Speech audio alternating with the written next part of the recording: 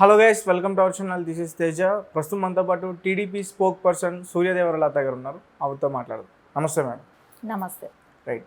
అయితే నిన్న exit polling వచ్చిన తర్వాత చాలా సంస్థలన్నీ కూడా కూటమికి ఎక్కువగా చెప్పాయి, కానీ కొన్ని మాత్రం వైఎస్ఆర్సీపీకి చెప్పినాయి. అందులో ఆరా. సో ఆరా గురించి అందరికీ తెలుసు. మస్తాన్ గారు గత 15 ఏళ్ల నుంచి కూడా ఆయన వర్క్ చేస్తున్నారు. 2014లో కానీ 2019లో కానీ ఇప్పుడు 2024లో కానీ అని చెప్పి మ్యాక్సిమం వర్కౌట్ అయినాయి. అంటే 2024 అంటే ఇక్కడ తెలంగాణకు సంబంధించి. సో అంటే మరి ఈసారి వైఎస్ఆర్సీపీకి అత్యధికంగా సీట్లు వస్తే మళ్ళీ ప్రభుత్వం కూడా గెలుస్తుందని ఆయన చెప్తున్నాడు. సో దాని గురించి మీరేం చెప్తారు? ఆరా మస్తాన్ గారు మీరు అన్నట్టు ప్రతిసారి ఆయన చెప్పినట్టు ఏం జరగలేదు. 2014లో వైఎస్ఆర్సీపీ గెలుస్తుంది అన్నాడు, గెలవలేదు కదా. సో అక్కడ తేడా రాలేదా? ఆయన ఎప్పుడు కూడా వైఎస్ఆర్సీపీ గెలుస్తుంది అనేది ఎప్పుడు ఆయన సర్వేలు అదే చెప్తా వస్తున్నాడు. సో ఇప్పుడు మనకు వేణుస్వామి లాగా ఒకటి రెండు తీసుకుంటారు, గెలుస్తుందా ఓడిపోతుంది అనేది ఎక్కడైనా ఒక టాపిక్. సో ఆయనకు వైఎస్ఆర్ అంటే ఫేవరిజం ఉంది. సో ప్రతిసారి వైఎస్ఆర్సీపీ గెలుస్తుందని చెప్తూనే వస్తున్నాడు. సో ఒకసారి గెలిచిపోయింది 2019లో. సో అట్లాగా ఒకటి జరుగుతుందా జరగదా, తప్ప రైటా, గెలుస్తామా ఓటమా, ఇట్లా రెండే ఉంటాయి. కాబట్టి ఆ రెండిట్లో ఒకదాన్ని సెలెక్ట్ చేసుకుంటే ఎలాగైతే జరుగుతుందో వేణుస్వామి లాంటి వాళ్ళకి, అదేలాగా ఆరా మస్తాన్ గారిది కూడా అనిపిస్తుంది. ఎందుకంటే 2014లో కూడా వైసీపీ గెలుస్తుంది అని చెప్పాడు. సో అప్పుడు ఓడిపోయింది కదా వైసీపీ. తర్వాత 2019లో చెప్పాడు వైసీపీ గెలుస్తుంది అని చెప్పాడు. సరే గెలిచింది. సో కరెక్ట్ అవ్వాలని అనుకుంటే ఆయన గత చరిత్ర అంతా కూడా పర్ఫెక్ట్గా ఉండాలి, కానీ ఎక్కడా లేదు కదా. మరి 2019లో వర్కౌట్ అయింది, 2024లో కూడా వర్కౌట్ అయింది. 2024 తెలంగాణ. సో తెలంగాణ తీసుకున్నాడే కానీ ఆంధ్రప్రదేశ్ కాదు కదా. సో ఆంధ్రప్రదేశ్లో అయినా కూడా ఇంకా రేపు ఎల్లుండికి తెలిసిపోతుంది. కానీ ఇదంతా మనం చూస్తే ఏ వాళ్ళు ఫేవర్గా ఇచ్చారంటే సాక్షి, TV9, ఆరా మస్తాన్ ఇలాంటివి ఏదైతే ఆయనకి అనుకూలం ఉన్న వాళ్ళు ఇచ్చారు. సరే ఇన్ని సర్వేల్లో మనం చూస్తే 3-4 ఇది తప్ప మిగతా ఎవరూ ఇవ్వలేదు. మిగతా అన్నీ కూడా కూటమికే వచ్చి సపోర్ట్ చేస్తున్నాయి. కానీ ఇక్కడ ఈ విషయం తీసుకుంటే ఎందుకు ఇప్పుడు ఇట్లాంటివి జరుగుతున్నాయని ఎవరికైనా కూడా డౌట్ వస్తుంది. కామన్గా ఎందుకు ఈ టైంలో ఎట్లా మేనేజబుల్ అవుతారని అనుకుంటారేమో, ఏమో కూడా నాకు అర్థం కావట్లేదని మీరు అనుకోవచ్చు. ఖచ్చితంగా దానికి కూడా ఒక అవగాహన మనం ఆలోచిస్తే తెలుస్తుంది. ఎందుకంటే ఇప్పుడు జగన్మోహన్ రెడ్డి ఎవరైతే క్యాండిడేట్లుగా పెట్టాడో, సో వాళ్ళందరిలో ఎంత నిరుత్సాహం ఉంది. సో వాళ్ళు నిరుత్సాహం మీన్స్ ఇప్పుడు రోజా గారు ఆ రోజే చెప్పేశారు నేను ఓడిపోతున్నానని. అంటే ఓడిపోవటానికి నా క్యాడరే నాకు నా క్యాడరే నాకు ద్రోహం చేస్తున్నారు కాబట్టి ఇక్కడ. సో నేను ఓడిపోయే అవకాశాలు స్పష్టంగా ఉందనేది ఆవిడకే అర్థమైపోయింది. ఆ రోజే చెప్పారు తెలుగుదేశం వాళ్ళు ఏం చేయట్లేదు, మా క్యాడరే నన్ను మోసం చేస్తున్నారని చెప్పేసుకున్నారు. సో వంశీ తీసుకున్న విదేశాలు వెళ్ళిపోయాడు. వల్లభనేని వంశీ. ఇంకా నానిగారు తీసుకుంటే ఆయన నోరు కట్టడం అనేది కష్టము. అలాంటి ఆయన నోట్లో మాట రావట్లేదు ఇప్పుడు. అంబాటి లాంటి వాళ్ళు తీసుకుంటే, అంబాటి రాంబాబు గారు లాంటి వాళ్ళు తీసుకుంటే మీరు బెట్టింగ్స్ కట్టకండి అని అంటున్నాడు. బొచ్చాలా కూడా అదే అని అంటున్నారు. ఇట్లా ప్రతి ఒక్కళ్ళు కూడా ప్రముఖ ఛానల్ అదే సాక్షి మీడియాకి సంబంధించిన ఒక జర్నలిస్ట్ కూడా బెట్టింగ్లు కట్టకండి అని అంటున్నారు. సో ఎక్కడికెక్కడ నియోజకవర్గం అంటే పిన్నెల్లి నియోజకవర్గం తీసుకోండి, అంటే పిన్నెల్లి వాళ్ళు రామకృష్ణ అలాంటి వాళ్ళని తీసుకుంటే మాచర్ల లాంటివి వాళ్ళ ఆ నియోజకవర్గాన్ని కూడా ఎంటర్ అవ్వటానికి లేదు, కోర్టు ఇది ఇచ్చింది కాబట్టి. సో ఆ రోజు ఒక్కరోజు వెళ్ళటానికి అవకాశం ఉంటుంది, తర్వాత వెళ్ళటానికి లేదు.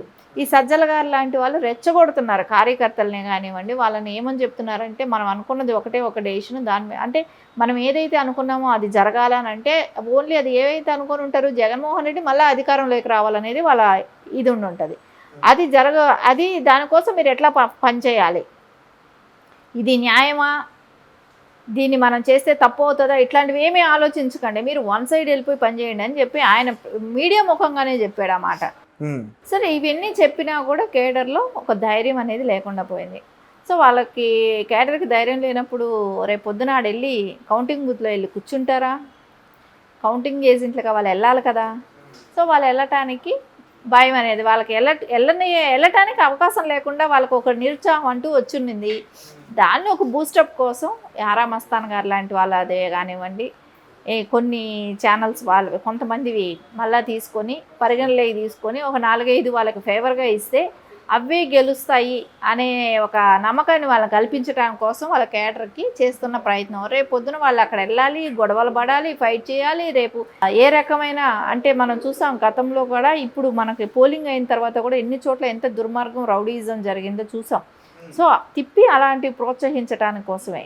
అంటే మనం గెలుస్తున్నాం, మీరు దేనికి భయపడకండి, మీరు దుర్మార్గంగా ఏది చేయాలనుకుంటారో అది చేయండి అనే ఒక లైసెన్స్ లాంటిది ఇవ్వటానికి, మీరు మళ్ళీ మన గవర్నమెంటే వస్తుంది, సో మేము అన్నీ చూసుకుంటాం, రేపు పొద్దున కేసులు పడినా మేము చూస్తాం, గవర్నమెంట్ మందే ఫామ్ అవుతుంది, చూడండి సర్వేలన్నీ ఎలా ఇచ్చాయి అని వాళ్ళకు ఒక బూస్టప్ లాంటిది, వాళ్ళకు ఒక అంటే మీరు ఏ గొడవైనా చేసినా మీకు లైసెన్స్ లాంటిది అన్నట్టు చెప్పడం జరుగుతుంది. దానికోసం వాళ్ళు ఇలాంటి ఫేక్ సర్వేలన్నీ కూడా చేయటం జరుగుతుంది. అయితే ఆరా మస్తాన్ గారికి ఇప్పటివరకు కూడా ఒక రకంగా ఆయన చెప్పిన దానికి గుడ్ నేమ్ అయితే ఉంది.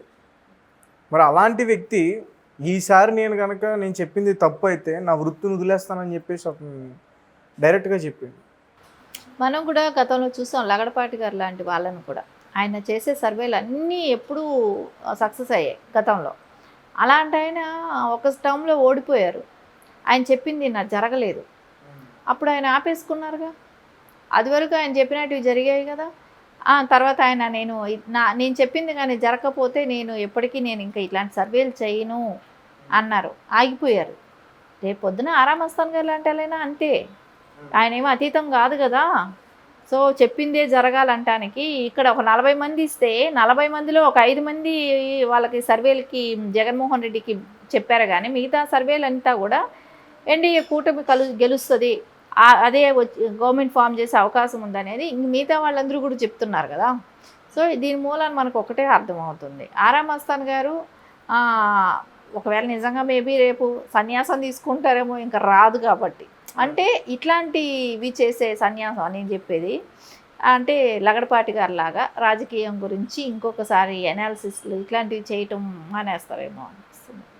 మేడం, అంటే ఇప్పటివరకు కూడా కూటమికి ఏవైతే చెప్తున్నాయో కొన్ని సంస్థలు సర్వేలన్నీ కూడా అవన్నీ కొత్తగా పుట్టుకొచ్చాయి అని చెప్పేసి చెప్తున్నాయి. అలాగే వైఎస్ఆర్సీపీ పార్టీకి చెప్పినవన్నీ కూడా గత 20 ఏళ్ళ నుంచి అనుభవం ఉందని చెప్పేసి అంటున్నారు. నేషనల్ వైజ్ చూసుకున్నా అలాగే అంటున్నారు. ఎందుకమ్మా ఇండియా టుడే ఇట్లాంటివన్నీ చెప్పాయి, పెద్ద పెద్దవి నేషనల్వి. 40లో మీకు అన్నీ ఉండేది, 15-20 వరకు అన్నీ కూడా పాతవి. సో కొత్త వచ్చుంటాయి మేబీ. సరే అట్లా అనుకుంటే ఆరా మస్తాన్ ఎన్ని సంవత్సరాలుగా ఉన్నారు? 15 ఏళ్ళుగా ఉన్నారు.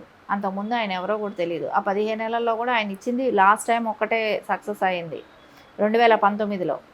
సో అంతకుమించి ఏమీ జరగలేదు కదా. సో అది ఎవరో మీకు చెప్తున్నట్టున్నారో అదంతా ఒక అపోహ మాత్రమే. కానీ ఖచ్చితంగా అయితే సర్వేలు ఎక్కువ భాగం కూడా అంటే ఎగ్జిట్ పోల్ సర్వేలు అన్నీ కూడా ఎక్కువ భాగం టీడీపీనే మెజారిటీతో గెలుస్తుంది అనేదే వచ్చింది, కూటమే ఉంటుంది అనేదే ఖచ్చితంగా అన్ని ఎగ్జిట్ పోల్స్లో వచ్చిన సర్వేల్లో రిపోర్ట్ కూడా అదే కదా. ఓకే, మరి ఆరా మస్తాన్ లాంటి వ్యక్తి పవన్ కళ్యాణ్ కూడా గెలుస్తాడని చెప్పాడు, అత్యధిక మెజారిటీతో పవన్ కళ్యాణ్ గారు గెలుస్తారని చెప్పారు. ఇప్పుడు గెలుస్తారని చెప్పేది తెలిసిన విషయమే కదా. పవన్ కళ్యాణ్ గారు ఓడిపోతారు అనేది అయితే ఎవరు అనట్లేదు. సో గెలుస్తారనే చెప్తున్నారు, అది పెద్ద డిఫరెన్స్ ఏం లేదు కదా. నేను చెప్పేది ఒకటే, కొన్ని అన్నీ ఏమీ జరిగిపోవు. ఆరా మస్తాన్ గారు ఇప్పుడు ఓడిపోతుంది అని అంటే ఓడిపోయే ఆస్కారం లేదు అనే చెప్తున్నా. పవన్ కళ్యాణ్ గారు గెలుస్తారనేది అయితే మాకందరికీ కాన్ఫిడెంట్ ఉంది గెలుస్తారనేది. సో దాని మూలన కొత్తగా ఇప్పుడు ఏమైనా ఆయన చంద్రబాబు నాయుడు గారి గురించి చెప్పారా, లేకుంటే లోకేష్ గారి గురించి ఎవరి గురించి కూడా చెప్పలేదు కదా, అందరూ గెలుస్తారనే కదా. సో అదేలాగా ఆయన గెలుస్తారు. పవన్ కళ్యాణ్ గారు కూడా అంటే పార్టీ అధ్యక్షుడే కానివ్వండి, ఆయనకున్న ఇమేజే కానివ్వండి, ఆయన కూడా ఖచ్చితంగా గెలుస్తారు కదా. ఓన్లీ ఆయన ఆరా మస్తాన్ గారి సర్వే గురించి చెప్పాల్సి వస్తే గతంలో కూడా తప్పాయి కాబట్టి దీన్ని అంత పెద్ద సీరియస్గా తీసుకోవాల్సిన అవసరం లేదని నేను చెప్తున్నా. ఇంకోటి ఏంటంటే దీని వెనకాల ఇంత వెనకాల కుట్ర ఉంది,